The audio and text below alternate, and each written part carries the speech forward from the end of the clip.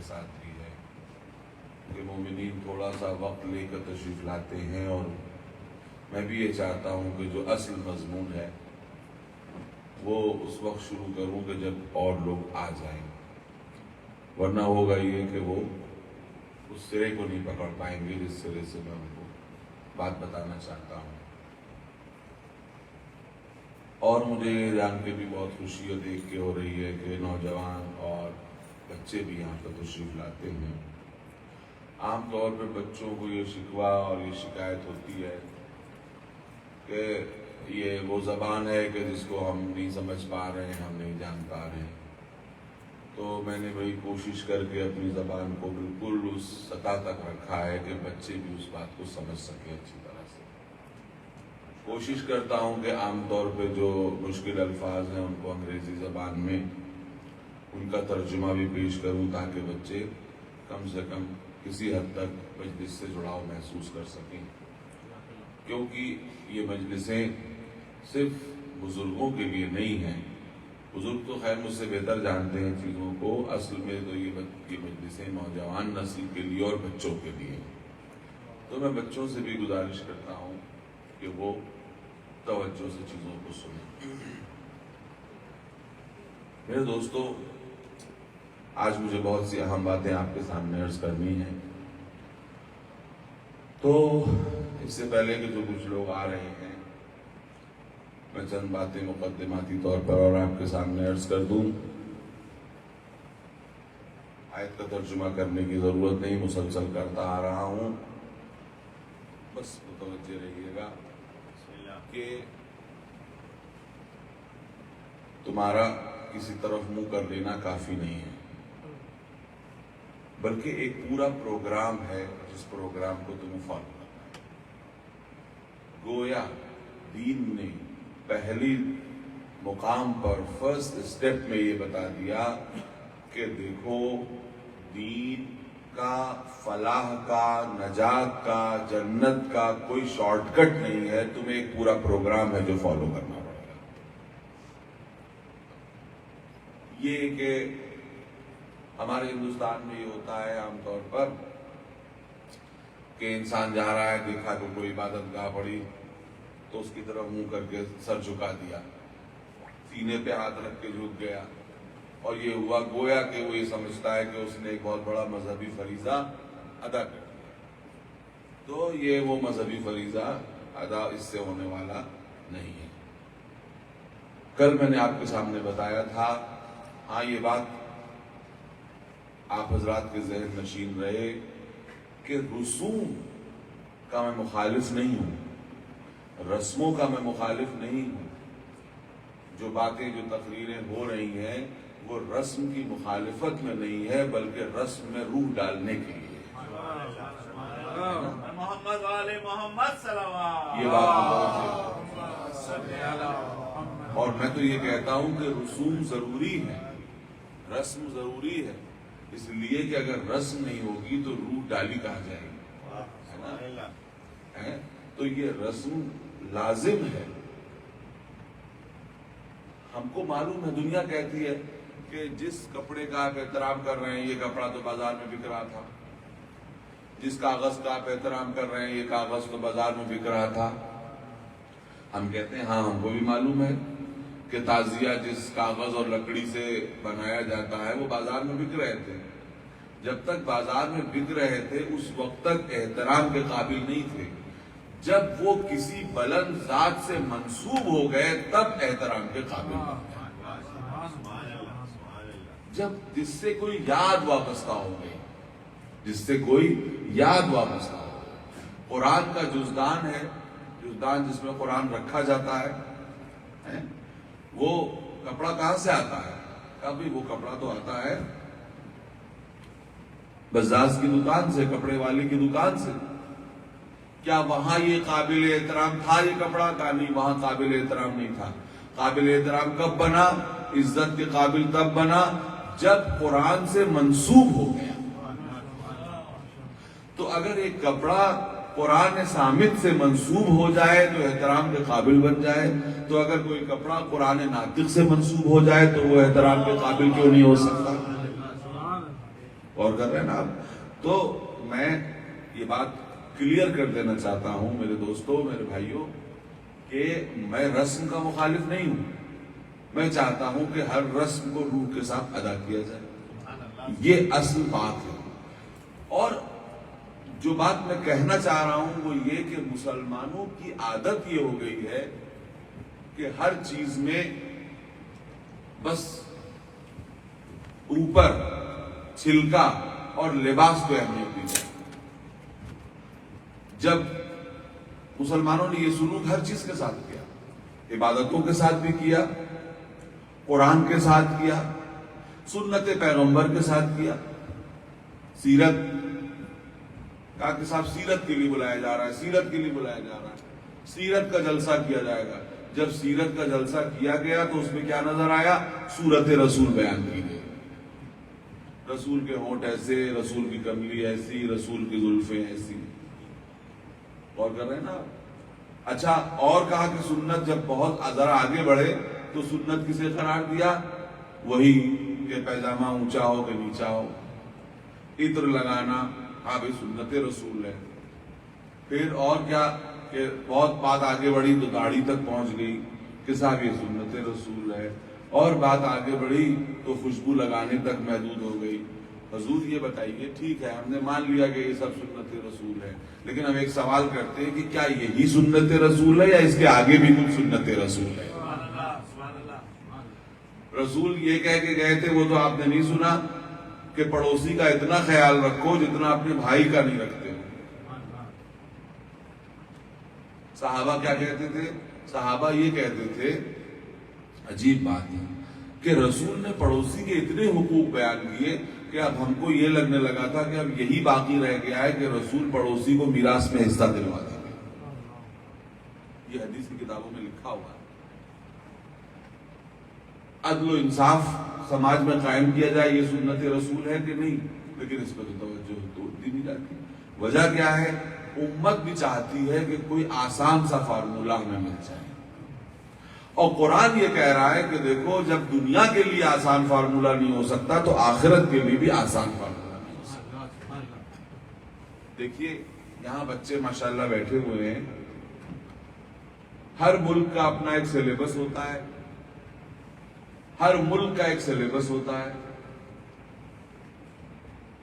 مجھے نہیں معلوم یہاں کمپیوٹر انجینئر بننے کے لیے کتنے سال چاہیے ہوں گے، لیکن ہمارے یہاں 4 سال چاہیے. یہاں بھی ایسے ہی ہوں گے. ڈاکٹر بننے کے لیے مثلاً MBBS کرنے کے لیے 5 سال 6 سال چاہیے.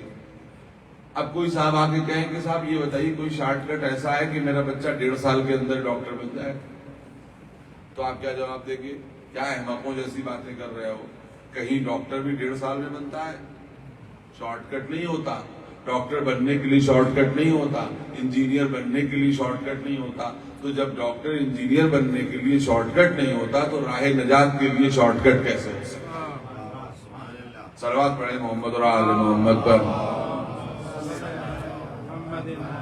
میرے دوستو، چونکہ یہ تمہیدی باتیں میں آپ کے سامنے عرض کر رہا تھا، اب جن کو آنا تھا بہرحال وہ آ چکے ہیں. اور میں چاہتا ہوں کہ آپ حضرات بس متوجہ ہو کے میری طرف سن لیں کہ میں کیا کہنا چاہتا ہوں. آج کے اعتبار سے میری بہنیں بھی متوجہ ہوں کہ روح دین کیا ہے. آج میں یہ بتا دینا چاہتا ہوں کہ روح دین کیا ہے اور اہل بیت کا کردار کیا ہے. میں آپ ہی کی زبان میں گفتگو کروں گا، بچوں کی زبان میں گفتگو کروں گا تاکہ بچے سمجھ سکیں. میرے بچوں اور نوجوانوں، تم اس بات سے واقف ہو کہ ہر مشین میں 2 چیزیں ہوتی ہیں. ایک وہ چیز جس کو مشین لیتی ہے اور ایک وہ چیز جس کو مشین دیتی ہے. بات سمجھ میں آئی؟ متوجہ رہیے گا. آپ دیکھیے، اب یہ شکوہ نہ کیجیے گا کہ ابھی تک آپ جو ہے تمہیدی گفتگو نہیں. اب میں اصل مجلس میں داخل ہو چکا ہوں. ایک شے وہ ہے کہ جس کو مشین لیتی ہے، ایک شے وہ ہے جو مشین دیتی ہے. یہ میرے سامنے بجلی کا پنکھا چل رہا ہے. یہ پنکھا کیا لیتا ہے؟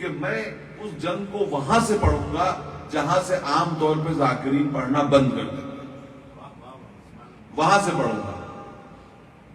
کیونکہ جب بھی کسی جنگ کو پڑھا جاتا ہے تو عام طور پہ ذاکرین کیا چاہتے ہیں کہ جہاں سے ان کو داد مل گئی اور انہوں نے وہیں پہ بات کو ختم کر دیا. مثلا جنگ خندق پڑھیں گے تو عمرو بن عبد ود قتل ہوا، بات ختم ہوئی. اور جنگ خیبر پڑھیں گے تو مرہب کو جو ہے وہ 2 برابر کے حصوں میں مولا نے کاٹ دیا، ایک حصہ ادھر گرا ایک حصہ ادھر گرا، بات ختم ہوئی. لیکن میں یہ بتانا چاہتا ہوں کہ اصل بات اس کے آگے ہے، اصل بات اس کے آگے. متوجہ رہ کے سنیے کہ جہاد ہے ایک عبادت، اس جہاد کا نتیجہ کیا ہوا وہ بتائے گا کہ علی کی تلوار میں اور دوسروں کی تلوار میں فرق ہے. سن رہے ہیں نا؟ اور یہی ہے روح شریعت جو میں آپ کو سامنے بیان کر دینا چاہتا ہوں. آپ کو معلوم ہے کہ جنگ خیبر یہودیوں سے جنگ ہوئی تھی. چاہتا ہوں کہ 2-4 جملے آپ حضرات کے ذوق کے لیے کہہ دوں اور پھر اس اصل بات پہ جاؤں جس کے لیے میں نے آپ کو زحمت دی. آپ کو معلوم ہے نا کہ نبی نے کل بھی تذکرہ آیا تھا کہ لوگ آتے تھے جاتے تھے اور نبی نے کیا فرمایا؟ کل میں اسے علم دوں گا. لیکن میں بہت جلدی گزر رہا ہوں، جب وہاں پہ آؤں گا کہ جس کے لیے زحمت دی ہے تو وہاں پہ روک کے قاعدے سے گفتگو کروں گا. لوگ جاتے تھے آتے تھے، مجھے آنے جانے والوں سے کیا غرض؟ نبی یہ فرما رہے کل میں اس کو علم دوں گا. عجیب بات ہے کہ اگر اہل بیت کی تعریف کرنا سیکھنا ہے تو نبی سے سلیقہ سیکھیے. نبی نے کچھ نہیں کہا مگر سب کچھ کہہ دیا، کچھ نہ کہہ کے سب کچھ کہہ دیا. کل میں اسے علم دوں گا جو کرار ہوگا اور غیر فرار ہوگا. یعنی نبی بتانا چاہ رہے ہیں کہ پازیٹیو ہم دکھا رہے ہیں، نگیٹو تم سمجھتے چلے جاؤ. یعنی ابھی تک جو گئے تھے نہ کرار تھے اور نہ غیر فرار تھے. اور کر رہے ہیں پھر میں اس کو علم دوں گا جو اللہ اور رسول کو دوست رکھتا ہوگا. پھر دیکھیں پازیٹیو بات نبی نے دکھا دی، اس کا مطلب اب تک جو گئے تھے. پھر دوسرا جملہ کہ وہ اللہ اور رسول کو دوست رکھتا ہوگا اور اللہ اور رسول اس کو دوست رکھتے ہیں. یعنی ابھی تک جو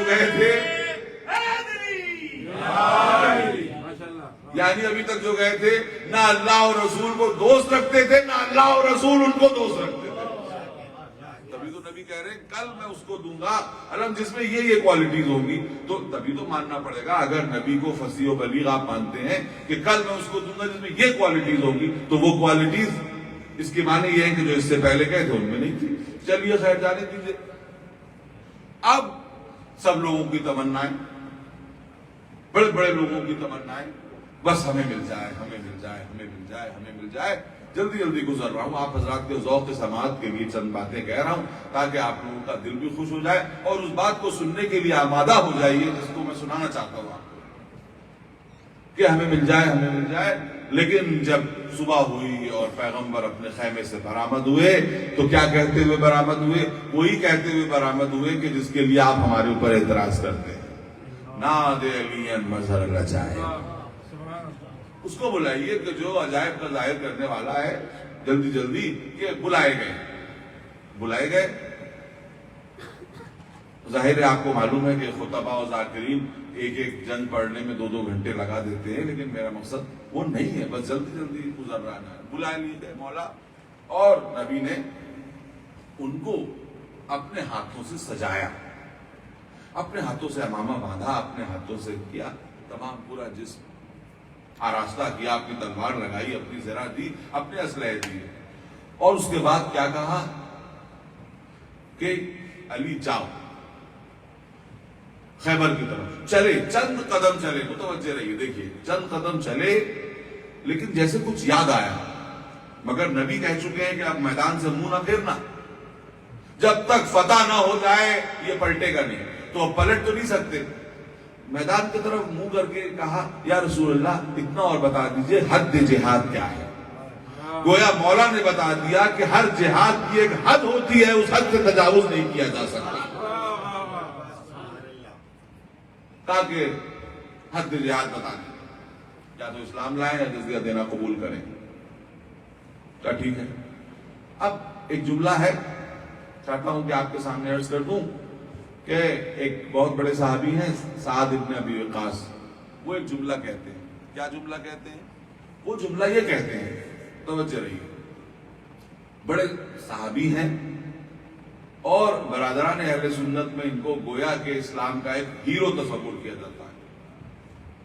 وہ یہ کہتے ہیں، یہ لوگ سب بعد میں بڑے جنگجو ثابت ہوئے، یہ فتح کیا وہ فتح کیا، یہ اور بات ہے کہ حیات رسول میں کسی نے کچھ فتح نہیں کیا. وہ یہ کہتے ہیں کہ روز خیبر علی رسول سے علم لے کر اتنی تیزی سے میدان خیبر کی طرف چلے کہ ہم یہ کہتے رہ گئے کہ ابو الحسن آپ رک جائیے، ہم بھی آپ کے پیچھے پیچھے آ رہے ہیں، لیکن ہم ان کو پا نہیں سکے، بلکہ ہم ان کا نقش قدم دیکھتے ہوئے میدان خیبر تک پہنچے. جب اس جملے پر نظر پڑی تو وجد میں آ کے میرے دماغ میں یہ بات آئی کہ اس قوم کی قسمت میں اللہ نے یہی لکھا تھا کہ علی کے قدموں کو دیکھتے ہوئے آگے بڑھو. میدان خیبر میں علی کے نقش قدم پہ چلے تھے تو خیبر تک پہنچے تھے، اگر زندگی میں علی کے نقش قدم پہ چلتے تو حوض کوثر تک آسانی سے پہنچ جاتے.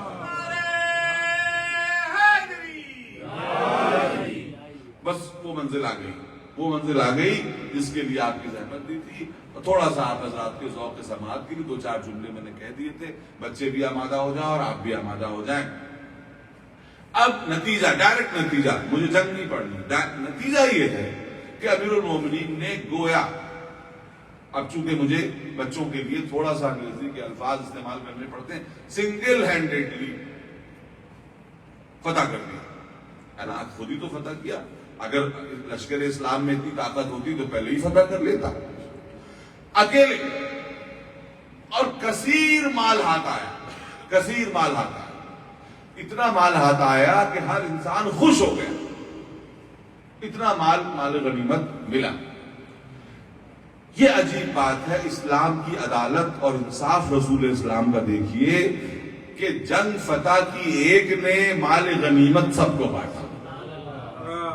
ہونا تو یہ چاہیے تھا کہ پورا مال غنیمت علی کے قدموں میں ڈال دیا جاتا کہ تمہاری ہی تلوار کے زور پہ یہ سب فتح ہوا ہے.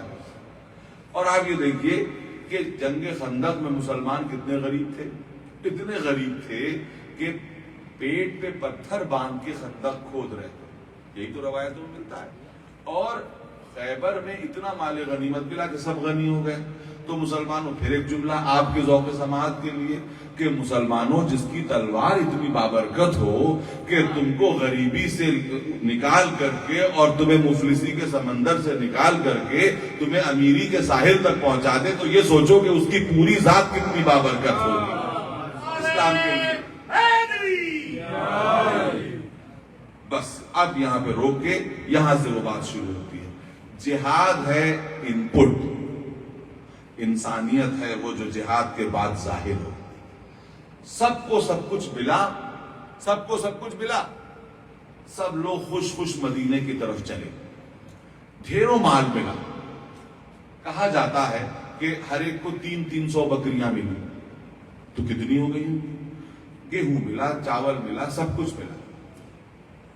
یہ لوگ چلے میدان جو ہے خیبر سے مدینے کی طرف چلے. جب مدینے کی طرف چلے تو فقراء و مساکین کو خبر ہو گئی کہ آج علی کے پاس مال آیا ہے، آج علی کے پاس مال آیا ہے. اب لوگ، اچھا دیکھیے، مانگنے والا بھی بہت سمجھدار ہوتا ہے. دو چیزیں دیکھ کے جاتا ہے، ایک تو یہ دیکھتا ہے کہ دینے والا مالدار ہے یا نہیں، دوسری بات دیکھتا ہے دلدار ہے یا نہیں، ہے نا. فقیر صرف مالدار کے پاس نہیں جاتا، فقیر اس کے پاس جاتا ہے کہ یہ دیکھے کہ دینے کی نیت رکھتا ہے یا نہیں رکھتا. اب مولا کے پاس لوگ آتے گئے، مولا دیتے گئے، آتے گئے، مولا دیتے گئے، یہاں تک کہ جب گھر کے دروازے پر پہنچے تو کچھ نہ بچا جو گھر کے اندر لے. جس دن فتح خیبر کے دن تمام مسلمانوں کے گھر میں غذائیں پک رہی تھیں، اہل بیت کے گھر میں اس دن بھی فاقہ تھا. دیکھیے یہ ہے وہ نتیجہ جو علی کے جہاد کے بعد انسانیت کے طور پہ ظاہر ہے. غور کیا نا آپ نے؟ یہ ہے وہ انسانیت جو علی سے ظاہر ہوئی۔ اب میں پوری دنیا کو اور عالم اسلام کو چیلنج کر کے یہ کہتا ہوں کہ اب آپ بتائیے ایسا مجاہد کوئی لے کے آئیے تب میں سمجھوں کہ جس کا اسلام کے اوپر احسان۔ میدان میں تلوار چلا لینا اور ہے مال غنیمت کے لیے، اور مسلمانوں کی تاریخ یہ ہے کہ ہمیشہ مال غنیمت لوٹنے کے لیے اکثر جیتی ہوئی جنگ کو ہار میں بدل دیا۔ جنگ احد میں یہی ہوا، جنگ حنین میں یہی ہوا کہ پہلے حملے میں معلوم ہوا کہ جیتنے لگے اور مال غنیمت مال غنیمت مال غنیمت۔ یہ ہے امیر المومنین کہ جو سب کچھ جو کچھ ملا وہ خدا کے راہ۔ دین اگر جہاد کی تعلیم دیتا ہے تو وہ جہاد ایسا ہے جس میں بظاہر انسان قتل ہو مگر ہرگز ہرگز انسانیت نہ قتل ہونے پائے، انسانیت نہ قتل ہونے پائے۔ امیر المومنین جب میدان جنگ میں اترتے تھے تو امیر المومنین کے ہاتھ میں تلوار بس سرجن کے ہاتھ میں جو نشتر ہوتا ہے اس طرح کی ہوتی تھی، وہ اتنا کاٹنا ہے جتنا بیماری کے لیے ضروری ہے، اتنا کاٹنا جتنا بیماری کے لیے ضروری ہے۔ جنگ خندق میں دیکھیے ایمان کا نتیجہ کیا ہوتا ہے اور دین کا نتیجہ کیا ہوتا ہے۔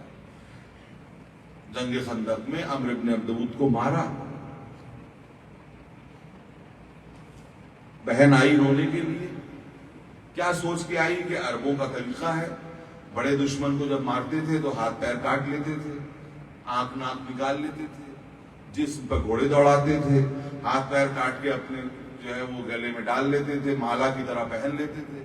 یہ سب سوچتی ہوئی وہ آ رہی تھی روتی ہوئی، لیکن جب سامنے آئی تو دیکھا کہ بھائی کا لاشا تو بالکل صحیح و سالم موجود ہے، بس آئی تھی مرثیہ پڑھنے کے لیے، قاتل کی شان میں قصیدہ پڑھنے لگی، کہنے لگی کہ اے بھائی میں تجھے پر عمر بھر گریا کرتی لیکن تیرے جنازے کو دیکھ کے محسوس ہوتا ہے کہ کسی ایسے شریف نے تجھے مارا ہے کہ جس کے دامن عصمت پہ کوئی داغ و دھبا نہیں مارا۔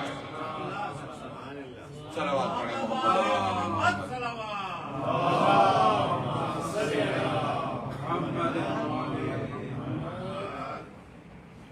روح شریعت یہ ہے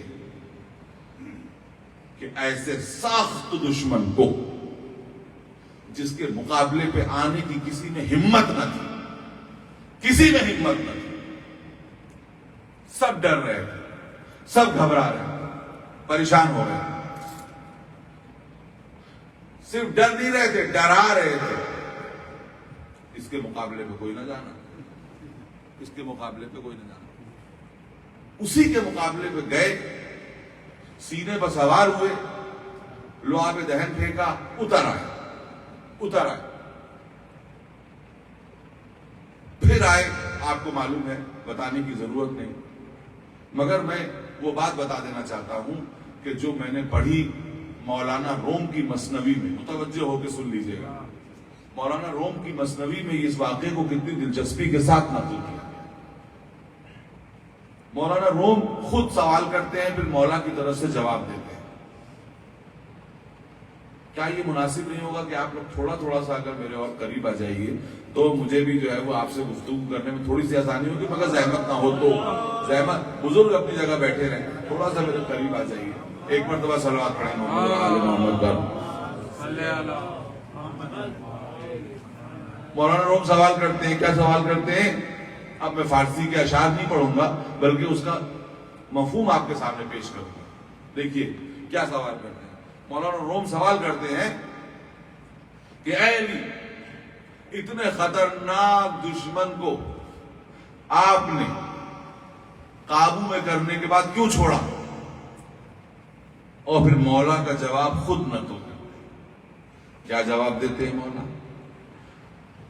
کہ دیکھو، غصہ انسان کی اس کیفیت کا نام ہے کہ جب غصہ بادشاہوں کے سر پہ سوار ہوتا ہے تو بادشاہوں کا بھی بادشاہ بن جاتا ہے، بادشاہ بھی اس کے انفلوئنس میں آ کے کام کرتے ہیں۔ غصہ آ گیا تو غصے کے انڈر میں آ گیا، یہ جذبات کی ایک کیفیت ہے۔ مولا کیا جواب دے رہے ہیں جب غصہ آتا ہے تو انسان کو پاگل بنا دیتا ہے، بادشاہوں کے بھی سر پہ سوار ہو جاتا ہے، لیکن علی اس بادشاہ کا نام ہے کہ جب اس نے لعاب دہن پھینکا تو مجھے غصہ آیا، مگر علی اس بادشاہ کا نام ہے کہ جب غصہ اس کے سامنے آتا ہے تو اس کا بادشاہ نہیں بنتا بلکہ اسے اپنا غلام بنا کے چھوڑتا، اپنا غلام بنا کہ اللہ کی رضا کے سامنے غصے کی کوئی کیفیت نہیں ہے ہمارے لیے، اگر وہ آئے گا تو ہم اس کو رفع، ہو سکتا ہے کہ مولا ایسے ہی بیٹھے بیٹھے اس کے سینے پہ بیٹھے بیٹھے ہی اپنا غصہ رفع کر دیتے، تو یہاں پر سرکار سید العلماء فرماتے تھے کہ اگر مولا سینے سے نہ اترتے تو یہ واقعہ یا علی جانتے یا رسول جانتے اور کوئی نہ یا خدا جانتا، لیکن اس کے سینے سے اترنے سے کیا ہوا کہ اس واقعے میں ایک سوال کی زبان پیدا ہو گئی تاکہ دنیا جان سکے کہ علی نے یہ عمل کیا۔ اور عجیب بات ہے میرے دوستو، ادھر یہ سب ہوا، تو جلدی سے آگے بڑھ جاؤں گا یہیں پہ بات کو ختم کر کے کہ یہ سب ہوا تو نبی نے فرمایا کہ کون ہے جو مجھے علی کی فتح کی خبر سنائے، جو سب سے پہلے سنائے گا میں اس کی جنت کا ضامن ہوں، جو سب سے پہلے سنائے گا۔ اب دیکھیے کہاں تو ابھی اصحاب میدان جنگ میں نہیں جا رہے تھے، جانے کی ہمت بھی نہیں تھی، کیونکہ جان لیا کہ اب علی جا چکے ہیں، اس لیے میدان کی طرف دوڑے دوڑے چلے، مگر ایک صحابی ہے جو خاموش رسول کے پہلو میں بیٹھا ہوا ہے، اے سلمان تم کیوں نہیں گئے؟ کہا کہ مالک جنت تو آپ ہیں، آپ کو چھوڑ کے جنت کے پیچھے کہاں جائیں۔ اب یہ لوگ پہنچے، وہاں دیکھا کہ مولا جو ہے تکبیر کی آواز بلند کر چکے ہیں اور اب داؤد اپنے خاک و خون میں لوٹ رہا ہے، دوڑتے بھاگتے آئے۔ اب دیکھیے کل تک دوڑ نہیں رہے تھے، آج جو ہے وہ جنت کی تلاش میں دوڑ رہے ہیں، آج جنت کی تلاش میں دوڑ رہے ہیں، مگر جیسے ہی آئے حضرت سلمان نے دور سے ان کو دوڑتے ہوئے دیکھا، کہا یا رسول اللہ آپ کو فتح مبارک ہو۔ نبی نے کہا سلمان تم کو جنت مبارک ہو۔ اب یہ لوگ دوڑتے ہوئے آئے، یا رسول اللہ آپ کو فتح مبارک ہو۔ رسول نے کہا جس کو جنت لینی تھی وہ لے چکا۔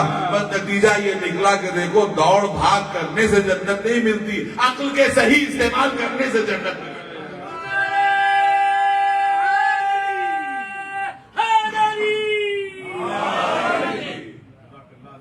خداوند عالم آپ کو ذوق سماعت کو سلامت رکھے کہ جو کچھ میں بتانا چاہتا تھا اور جو کچھ میں پہنچانا چاہتا تھا وہ بات پہنچ رہی ہے کہ دین، میں آپ لوگوں کے ہاتھوں کو پھر جوڑ کے کہہ رہا ہوں، نوجوان نسل میرے سامنے بیٹھی ہوئی ہے، کہ دین کو خدارا اپنی ایگو کے سیٹسفیکشن کا ذریعہ نہ بنائے، بلکہ دین کے ذریعے انسان بننے کی کوشش۔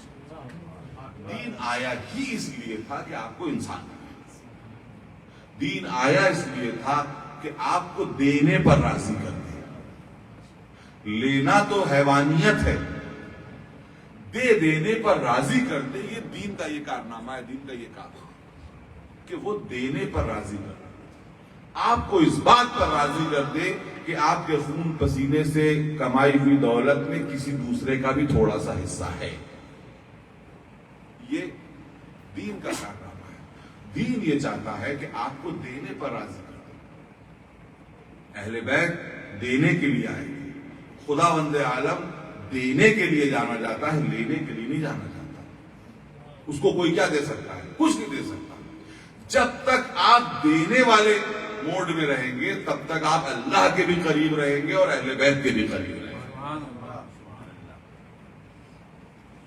اور زندگی، زمین کی زندگی کی علامت بھی یہ ہے کہ وہ دے، آپ اس میں دانہ ڈالیں تو وہ واپس کرے۔ اگر بنجر زمین ہے تو جتنا دانہ ڈالتے چلے جائیں گے وہ لیتی چلی جائے گی، ختم کرتی چلی جائے گی۔ اچھی زمین وہ ہے کہ ایک دانہ آپ ڈالیں تو 10 دانے واپس کریں۔ قوم کی زندگی بھی ایسی ہے کہ قوم کی مدد کے لیے آپ تھوڑا سا دیں تو وہ زیادہ واپس کریں۔ قوم کی موت یہ ہے کہ دیتے چلے جائیے، وہ لے کے کھاتی چلی جائے اور کچھ واپس نہ کرے۔ غور فرمائیں دوستو، تو یہ دین ہے کہ جس کی ہر بات میں، شریعت کی ہر بات میں ایک اسپرٹ چھپی ہوئی ہے، اور ہمیں ہر شے کو، ہر رکن شریعت کو اس کی روح کے ساتھ ادا کرنا ہے۔ حج سے بڑی کوئی عبادت ہے؟ بہت بڑی عبادت ہے۔ ایک شخص امام جعفر صادق علیہ السلام کے پاس آیا، متوجہ رہی ہے، کہاں گئے تھے؟ فرزند رسول حج کرنے گیا تھا۔ اچھا، حج کرنے گئے تھے۔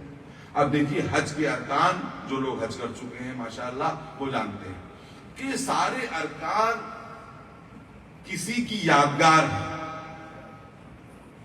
سارے ارکان کسی بیوی کی عمل کی یادگار ہے۔ ابھی یہ بات کو میں تھوڑا سا الگ رکھتا ہوں، یہاں پہ اس مکالمے کو نقل کرتا ہوں۔ مولا نے کہا اچھا تم حج کر آئے؟ کہا ہاں مولا، فرزند رسول میں حج کر کے آیا۔ کہا اچھا تم نے طواف کیا ہوگا؟ کہا ہاں مولا، طواف کیا تھا میں نے۔ تو مولا نے ایک سوال کیا کہ یہ بتاؤ، جس وقت تم طواف کر رہے تھے اس وقت کیا تمہارے دل میں یہ کیفیت پیدا ہوئی تھی کہ جیسے میں اس گھر کا طواف کر رہا ہوں، خدا بند عالم ہماری سماجی، انفرادی اور روحانی زندگی کا محور ہے، سینٹر ہے، اور ہماری زندگی پوری طور پر اس کے گرد گھومتی ہے؟ تو کہا کہ نہیں مولا، یہ خیال تو پیدا نہیں ہوا۔ کہا اچھا یہ بتاؤ کہ تم نے جا کر کے قربانی کا جانور بھی ذبح کیا ہوگا؟ ہاں مولا۔ کہا جس وقت جانور کے گلے پہ چھری پھیر رہے تھے تو اس وقت تمہارے دل میں یہ خیال تھا کہ جس طرح سے آج میں یہ قربانی پیش کر رہا ہوں، کل اللہ کے دین کے لیے اگر ہماری جان مال عزت آبرو کی قربانی پیش کرنی پڑے تو میں ہر ہنستے ہنستے دے دوں گا؟ کہا نہیں فرزند رسول، یہ خیال تو پیدا نہیں ہوا۔ تو کہا کہ جس وقت تم جو ہے وہ حلق کروا رہے تھے، اپنے جو ہے وہ سر کے بال مونڈ رہے تھے، اس وقت یہ خیال پیدا ہوا تھا کہ جس طرح سے ہم یہ بال جو ہے وہ آج قربان کر رہے ہیں، کل اپنی جان بھی اللہ کے دین کو قربان کر دیں گے؟ کہا نہیں۔ پھر آخری سوال یہ کیا امام نے کہ یہ بتاؤ تم نے رمی جمرات تو کی تھی نا، شیطانوں کے اوپر کنکری ماری تھی؟ کہا مولا، تاک کے میں نے کنکری ماری تھی، ساتھ کے ساتھوں لگی تھی۔ تو کہا کہ ایک آدھ کنکریاں اپنے اندر بیٹھے شیطان پہ بھی ماری تھی؟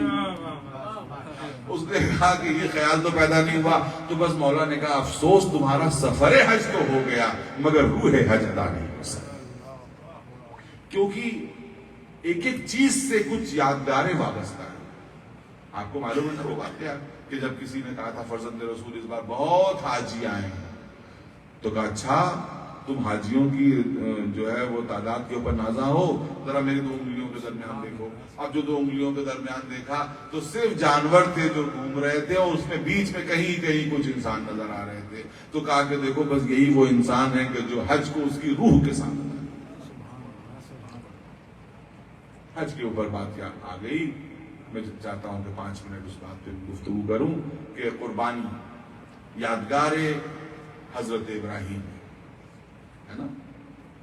یہاں بھی وہی بات ہے جو کل میں کہہ رہا تھا کہ کبھی کبھی بظاہر ہم کو مشیت کے ارادے میں تبدیلی نظر آتی ہے۔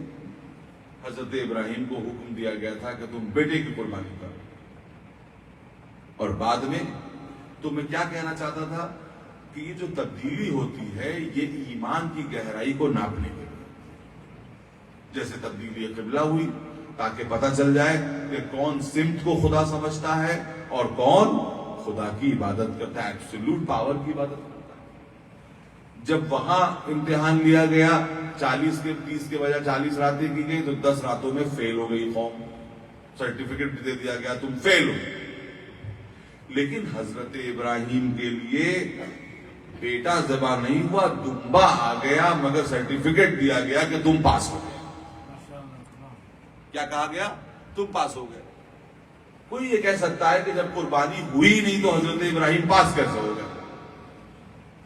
قربانی تو تب مکمل ہوتی جب بیٹا ذبح ہو جاتا، تب پاس ہوتے۔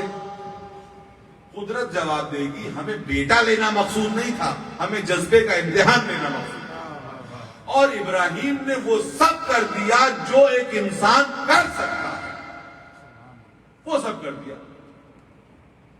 ایک مرتبہ صلوات پڑھے محمد۔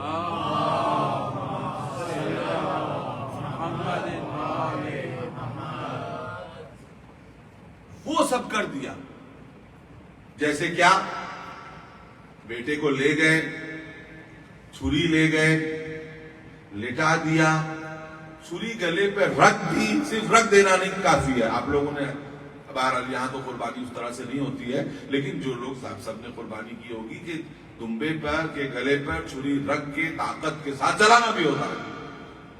حضرت ابراہیم نے چلا بھی دی چھری. اب آپ بتائیے انسان جو کچھ کر سکتا ہے وہ سب کر دیا کہ نہیں؟ حضرت ابراہیم نے سب کچھ کر دیا، چھری چلا بھی دی. یعنی اب میں آپ کو اپنے سامنے اپنی زبان میں کہوں کہ ابراہیم چاہے تو بیٹے کو بچا نہیں سکتے، بیٹا چاہے تو اب بچ نہیں سکتا ہے نا، کیونکہ اب چھری چلا دی. تو جب انسان کے تمام مراحل جو انسان کے امکان میں تھے، پاسبلٹی میں تھے، وہ سب کر دیے. ابراہیم چاہے تو بچا نہیں سکتے، اسماعیل چاہے تو بچ نہیں سکتے. جب یہ سب ہو گیا تب اللہ کی مدد آئی کہ دیکھو جہاں تمہارے امکان کی سرحدیں ختم ہو جاتی ہیں وہاں سے ہماری قدرت کی سرحدیں شروع ہو جاتی ہیں. اب سرٹیفکیٹ دیا گیا کہ تم کامیاب ہو گئے، اس لیے کہ کامیابی رزلٹ سے نہیں ناپی جاتی، کوشش سے ناپی جاتی. تم نے وہ سب کر دیا کہ جو کیا جانا تھا. اب ہماری مرضی یہ ہے کہ ہم ابراہیم کو، اسماعیل کو بچا لیں گے اور ایک دمبے کو ذبح کروا دیں. حضرت ابراہیم کے کیس میں یہ بات دونوں جگہ ظاہر ہوتی ہے کہ جہاں انسان کی سرحدیں ختم ہو گئی وہاں سے قدرت کی سرحدیں شروع. جب نمرود کی آگ میں پھینکے جا رہے تھے وہاں بھی یہی معاملہ تھا. اللہ کی مدد تو کہیں پہ بھی آ سکتی تھی، آگ ہی نہ جلتی، آگ ہی نہ جلتی. یا اگر آگ جل گئی تھی تو جلنے کے بعد ٹھنڈی ہو جاتی، کسی سٹیج پر اللہ کی مدد آ جاتی. لیکن آپ دیکھیے کہ اللہ کی مدد کس سٹیج کے اوپر آئی. حضرت ابراہیم منجنیق میں بٹھا دیے گئے، اتنی بڑی عظیم آگ جلا دی گئی. کتنی بڑی عظیم آگ، اتنی بڑی عظیم آگ کہ اس کے اوپر سے کوئی پرندہ جاتا تھا تو بھون کے گر جاتا تھا. اچھا، اس سے ہم کو ظالم کی سائیکالوجی پتہ چلتی کہ ظالم دیکھیے ایک آدمی کو جلانے کے لیے تھوڑی سی آگ کافی ہوتی ہے. بھئی 100 کلو لکڑی کی آگ، ہزاروں کلو لکڑی.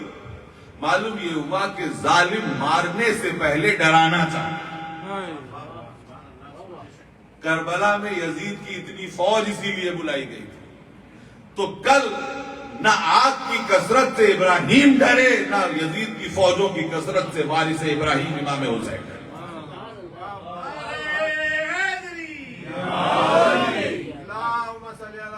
ایک مرتبہ صلوات پڑھے محمد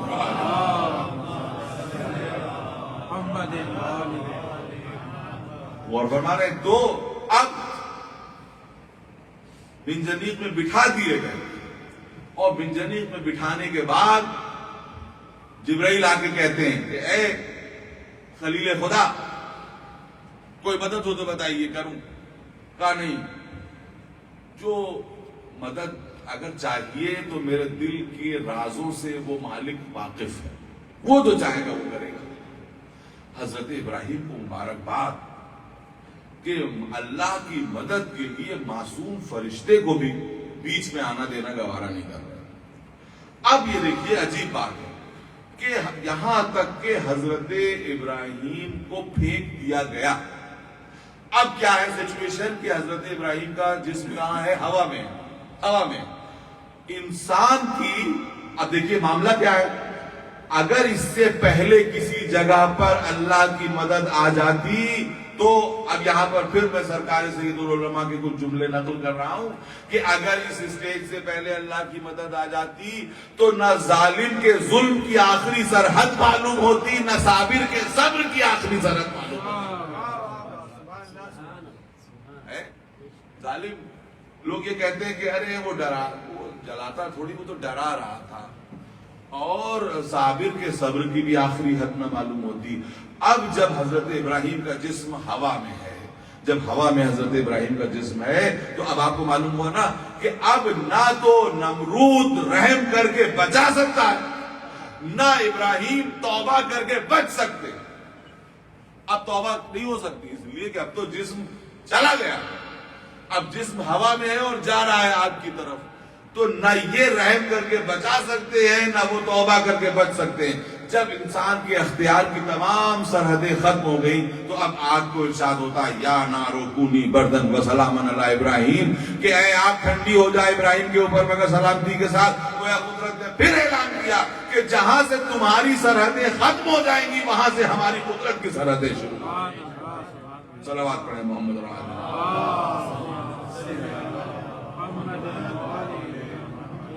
اور اس کے بعد آپ کو معلوم ہے کہ حضرت ابراہیم صحیح سلامت نکل آئے۔ یہاں پہ آپ کے ذوق کے لیے ایک اور جملہ کہہ کے جلدی سے آگے بڑھ جاؤں گا کہ حضرت ابراہیم کی رسیاں جل گئیں، جن رسیوں میں باندھے گئے تھے وہ رسیاں تو جل گئیں، مگر حضرت ابراہیم کا لباس نہیں جلا۔ روایت میں یہ ہے، یعنی اس کی کیا وجہ ہے؟ رسیاں تو جل گئیں، لباس نہیں جلا۔ گویا قدرت نے بتایا کہ دیکھو ہم وہ چیز جلا دیتے ہیں جس کے ذریعے ہمارے نبی کو زبردستی کوئی چیز ہمارے نبی کے ساتھ باندھ دی جاتی ہے، تو باندھی ہوئی چیز جل جاتی ہے مگر لباس سے نبی نہیں جل سکتا۔ اور فرمایا آپ نے تو یہ حضرت ابراہیم ہیں اور یہ ان کے بیٹے ہیں، اور انہی کی یادگار قائم رکھی اللہ نے۔ کب؟ 10 ذی الحجہ کو۔ اگر ایک قربانی کسی نبی زادے کی ہو تو اللہ کو پسند ہے کہ وہ چیز باقی رہے، تو 1 مہینے کے بعد 10 محرم کو اگر دوسرے نبی زادے کی قربانی ہو تو اس کی یادگار کو باقی رکھنا خدا کو پسند نہیں ہوگا۔ اور جبکہ یہ کہہ دیا گیا وَفَدَيْنَاهُ بِذِبْحٍ عَظِيمٍ، ہم نے اس کو ذبح عظیم سے بدل دیا۔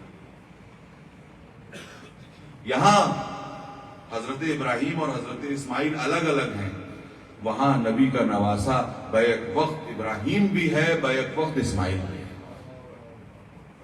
جس وقت جوان کا لاشا اٹھا رہے ہیں اس وقت ابراہیم ہے، اور جس وقت خود زیر خنجر آ گئے اس وقت بمنزل حضرت اسماعیل ہے۔ دنیا کہتی ہے کہ قربانی حسین کو تم قرآن میں دکھاؤ، ہم یہ کہتے ہیں کہ قرآن علامتی زبان میں گفتگو کرتا ہے۔ قرآن جب 10 ذی الحجہ کی یادگار کو باقی رکھنا چاہتا ہے تو 10 محرم کی یادگار کو باقی نہیں رکھنا چاہے۔ یہ بھی جذبہ قربانی کا امتحان، وہ بھی جذبہ قربانی کا امتحان۔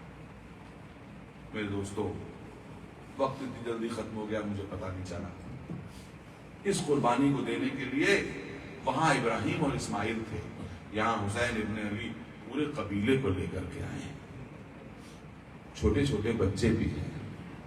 عرض کربلا پر تصور کی آنکھوں سے دیکھیے کہ وہاں پر پھول جیسے چھوٹے چھوٹے بچے بھی خیمہ زن ہوئے ہیں، زمین کربلا پر نکل کے گھوم رہے ہیں۔ معلوم نہیں کہ 10 محرم کو ان کے اوپر کیا مصیبت آنے والی ہے، لیکن یہ حسین ابن علی ہیں۔ کل میں نے آپ کے سامنے اتنا بتایا تھا کہ لوگوں نے کہا تھا یقال لہا کربلا، کہ اس کو کربلا کہا جاتا ہے۔ امام خیمہ زن ہو گئے، لیکن یہ امام کی سیرت اور سنت ہے کہ ہم کسی غیر کی زمین پر اپنے خیمے نصب نہیں کریں۔ کہا بلاؤ اس زمین کے مالک کون ہے، ان کو بلا کے لاؤ۔ زمین کے مالک آ گئے، قبیلہ بنی اسد کے لوگ آئے۔ امام نے کہا کہ دیکھو ہم تم سے یہ زمین قیمت سے خریدیں گے اور کچھ وصیتیں کر کے تمہیں ہبا کر دیں گے، تمہیں واپس کر دیں گے، بس تم ان وصیتوں پہ عمل کر دیں گے۔ کیا وصیت کی امام نے؟ پہلی وصیت یہ کی کہ دیکھو اللہ اکبر، پہلی وصیت کیا کی کہ کچھ دنوں کے بعد ہم یہاں قتل ہو جائیں گے اور ہمارے دشمن ہمارے جنازوں کو جلتی ہوئی زمین پر چھوڑ کے چلے جائیں گے۔ تم سے پہلی درخواست یہ ہے کہ تم ہمارے جنازوں کو زیر زمین اس طرح سے سورج کے نیچے نہ رہنے دینا، ان کو دفن۔ امام کو اس سے سیری نہ ہوئی، ایک مرتبہ عورتوں کی طرف مخاطب ہوئے، اے عورتوں، اگر تمہارے مرد دشمن کی فوج کی وجہ سے نہ آ سکیں تو تم آ کر کے ہم کو دفن کر دیں۔ ہاں، لیکن اس سے بھی سیری نہیں ہوئی، پھر چھوٹے چھوٹے بچے تھے ان کے ساتھ، ان کی طرف آ کے کہا اگر تمہارے ماں اور باپ فوج کے خوف سے نہ آ سکیں تو تم کھیلتے ہوئے آنا اور ایک ایک مٹھی خاک ہمارے جسموں پہ ڈال دینا تاکہ ہمارے جسم پر رہنا نہ رہ جائے۔ مگر مولا کی یہ خواہش پوری نہ ہو سکی، بروایت 3 دن اور بروایت 40 دن تک جنازہ جو ہے وہ جلتی ہوئی دھوپ میں پڑا رہا۔ پرندے آتے تھے اور اس پیاسے کے جنازے پر پانی چھڑکتے تھے۔ آپ کو معلوم ہے دوسری وصیت کیا ہوئی؟ دوسری وصیت امام یہ کر رہے ہیں کہ اے بنی اسد، دیکھو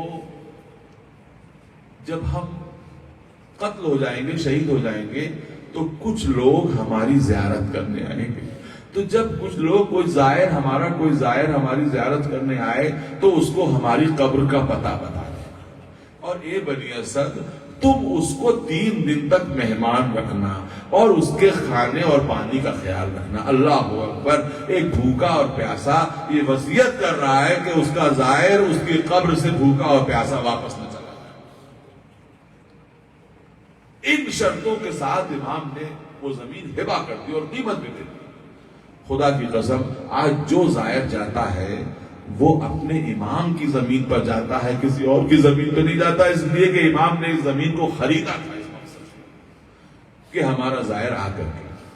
اور امام وہ ہیں کہ جنہوں نے ہر وصیت میں اپنے چاہنے والوں کو یاد رکھا ہے، زائروں کو یاد رکھا ہے، چاہنے والوں کو بھی یاد رکھا ہے۔ چاہنے والوں کو کس وقت؟ نازک وقت میں یاد رکھا، اس نازک وقت میں یاد رکھا جب کوئی کسی کو یاد نہیں۔ زخموں سے چور چور سید سجاد کے پاس جب آئے تھے تو کیا کہا تھا کہ بیٹا قید شام سے چھوٹ کے جب مدینے جانا تو میرے چاہنے والوں کو میرا سلام کہہ دینا، اور یہ کہنا کہ کاش تم کربلا میں ہوتے تو دیکھتے کہ میں علی اصغر کے لیے کس طرح سے پانی مانگ رہا تھا، اور اے بیٹا یہ بھی کہنا کہ جب کبھی ٹھنڈا پانی پیے تو اپنے اس مظلوم امام کی پیاس لگے۔ خدا کی قسم اس جملے کے بعد کون سا حسین کا چاہنے والا ہے کہ جو ٹھنڈا پانی پیے اور اپنے امام کی پیاس کو یاد نہ رکھے کہ مولا آپ کے اوپر کیسی پیاس تھی؟ وہ پیاس تھی جس سے زمین اور آسمان کے درمیان دھواں دھواں نظر آتا تھا۔ بس میں 2-3 جملے کہوں گا اور اس کے بعد مجلس کو تمام کروں گا۔ کربلا درس گاہ ہے جہاں سب مل کے حسینیت کے سانچے میں ڈھل گئے تھے۔ کربلا میں عورتیں بھی ہیں، کربلا میں بچے بھی ہیں، کربلا میں غلام بھی ہیں، لیکن کہیں کسی کی تفریق نہیں ہے، سب حسین نظر آتے ہیں۔ ایک غلام ہے سیاہ فام، اور ایک روایت کے مطابق جس کے جسم سے بو آتی ہے۔ یہ کون غلام ہے؟ خدا کی قسم جن کا نام ہمارے دلوں پر لکھا ہوا ہے، حضرت جون غلام ابو ذر۔ یہ ان کے لیے کہا گیا ہے کہ یہ امام زین العابدین علیہ السلام کو پالنے کے لیے رکھے گئے تھے۔ یہ غلام موجود ہے امام حسین کے پاس اور دیکھ رہا ہے کہ قربانیاں ہو رہی ہیں، کبھی زہیر جاتے ہیں، کبھی حبیب جاتے ہیں، کبھی اون و محمد جاتے ہیں، یہاں تک کہ یہ غلام بھی شوق شہادت میں سرشار ہوا اور ہاتھوں کو جوڑ کر کے امام کی خدمت میں حاضر ہوا، اسی طرح سے جیسے غلام آیا کرتے ہیں۔ اے فرزند رسول، اب اس غلام کو بھی مرنے کی اجازت دیجیے۔ امام نے فرمایا کہ دیکھو تم تو ہمارے اچھے دنوں کے ساتھی تھے، اب مصیبت کے دن آئے ہیں، بہتر یہ ہے کہ تم یہاں سے کہیں چلے جاؤ، تم سے کوئی تعرض نہیں کرے گا، اس لیے کہ جو دشمنی ہے وہ میری ذات سے ہے، تم سے کوئی دشمنی نہیں ہے۔ بس کہا کہ مولا جب اچھے دن تھے تب تو میں آپ کے ساتھ تھا، آج آپ مصیبت میں ہیں تو میں آپ کو چھوڑ کے چلا جاؤں؟ خدا کی قسم ہم تب تک نہیں جائیں گے جب تک کہ آپ کے قدموں میں اپنی جان کو نچھاور نہ کر دیں۔ لیکن امام خاموش ہے۔ بس تھوڑی دیر کے بعد وہ غلام اپنی آنکھوں سے آنسو بہا کے یہ کہتا ہے کہ مولا میں سمجھ گیا کہ آپ مجھے اجازت کیوں نہیں دیتے۔ تو کہا کہ کیوں نہیں دیتے؟ بتاؤ ذرا، میں کیوں نہیں دیتا ہوں اجازت؟ کہا کہ شاید میں غلام ہوں، میرا رنگ سیاہ ہے، میرے جسم سے بو آتی ہے، آپ نہیں چاہتے کہ آپ کے پاکیزہ خون میں میرا خون مل جائے۔ بس یہ سننا تھا کہ اب امام روک نہیں سکتے تھے۔ کہا اے جون جاؤ، خدا حافظ، میں نے تم کو جنگ کی اجازت دے دی۔ جون آئے میدان میں اور ایک رجس پڑھتے ہیں کہ کہ جو مجھ کو نہیں جانتا وہ جان لے کہ میں آزاد کردہ حسین ابن علی ہوں، میں جون غلام ابو ذر ہوں اور اپنے آقا کی نصرت میں آج تلوار چلانے کے لیے آیا ہوں۔ یہ غلام بھوکا اور پیاسا تھوڑی دیر جنگ کرتا رہا، یہاں تک کہ فوج نے گھیر کے جب مارا تو آواز اس اتنی تھی، یا مولا ہو ادرکنی، اے مولا میری مدد کو آ جائیے۔ حسین جس طرح سے علی اکبر کے جنازے پہ گئے، جس طرح سے قاسم کے جنازے پہ گئے، اسی طرح سے جون کے جنازے پہ پہنچے، اور جب پہنچے تو دیکھا کہ غلام غش میں ہے۔ ایک مرتبہ امام نے اس کا سر لیا، اپنے زانو پہ رکھا، اور وہ کیا جو کسی کے ساتھ نہیں کیا۔ جب غلام کو سر اپنے زانو پہ رکھا تو امام کو بے اختیار گریہ طاری ہوا، اور جیسے ہی امام کے گرم گرم آنسو اس کے رخسار پہ گرے، غلام نے گھبرا کے آنکھیں کھول دی، اور گھبرا کے تو یہ دیکھا کہ کہاں غلام کا سر اور کہاں آقا کا زانو۔ بس ایک مرتبہ سر کو ہٹانے لگا کہ مولا کہیں ایسا نہیں ہوتا کہ غلام کا سر ہو اور آقا کا زانو ہو، اے مولا کیا ہم نے حق کے غلامی ادا کر دیا؟ امام نے کہا کیا کہنا میرے دوست، تم نے حق کے غلامی ادا کر دیا۔ بس ایک مرتبہ امام نے کہا، اے پالنے والے اس کے خون کو میرے خون سے ملا دے۔ روایت کہتی ہے کہ حضرت جون کا خون اسی وقت جمع رہا، جیسے ہی امام حسین کا خون زمین کربلا پر پھیلا، اس جون کا خون اس طرح سے راستہ بناتا ہوا امام کے خون تک پہنچا۔ حسین نے دعا کی تھی اس کے جسم کی بو کو خوشبو میں بدل دے۔ شب آج شام غریبہ ایک سوار تھا جس نے کہا کہ ایک جنازے سے بہت تیز خوشبو آ رہی ہے۔ جب میں اس جنازے پہ پہنچا تو دیکھا وہ جناب جون کا جنازہ تھا، جس کے خون سے بھی خوشبو آ رہی تھی، جس کے جسم سے بھی خوشبو آ رہی تھی۔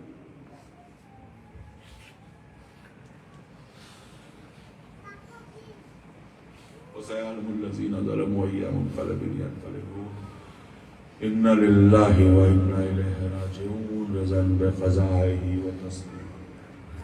پالنے والے ہماری اس مختصر سی عبادت کو قبول فرما لے، اموات مومن و مومنات کی مغفرت فرما دے۔ پالنے والے جو لوگ بیمار ہیں ان کو شفاء کامل و عاجل عطا فرما دے۔ پالنے والے کربلا والوں کے طفیل میں ہمارے اعمال اور افعال کی تطہیر فرما دے۔ پالنے والے ہمارے اعمال بہتر سے بہتر ہو جائیں۔ پالنے والے ہمارے اعمال کی اصلاح فرما دے، اعمال صالحہ کی توفیق عطا فرما دے، ہمارے آباء و اجداد کی مغفرت فرما دے۔ پالنے والے جو لوگ تیری توحید کا کلمہ پڑھنے والے، نبی کی نبوت کا کلمہ پڑھنے والے، امیر المومنین کی ولایت کا اعلان کرنے والے، امام حسین کا ماتم کرنے والے، دنیا میں جس جس کونے میں ان کی جان مال عزت آبرو کی حفاظت فرما پالنے والے، ہر جگہ شیعان آل محمد کی حفاظت فرما پالنے والے، مظلوموں کی حمایت فرما پالنے والے، ظالموں کو نیست و نابود فرما دے۔ وارث خون حسین حضرت حجت کے ظہور میں تعجیل فرما، ہم سب کو ان کے اعوان و انصار میں شامل فرما۔ ماتم حسین۔